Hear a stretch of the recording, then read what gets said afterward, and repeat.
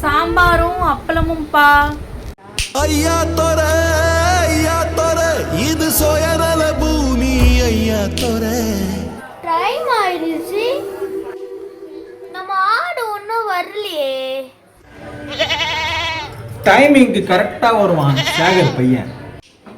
ஆடு வந்துருச்சு. அப்பா,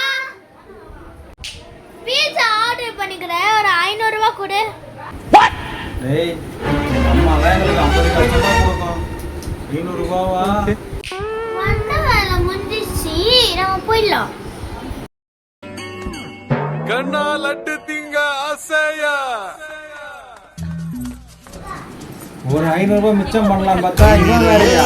தரும் கையில் இப்போ விலங்கு வைரக்கல்ல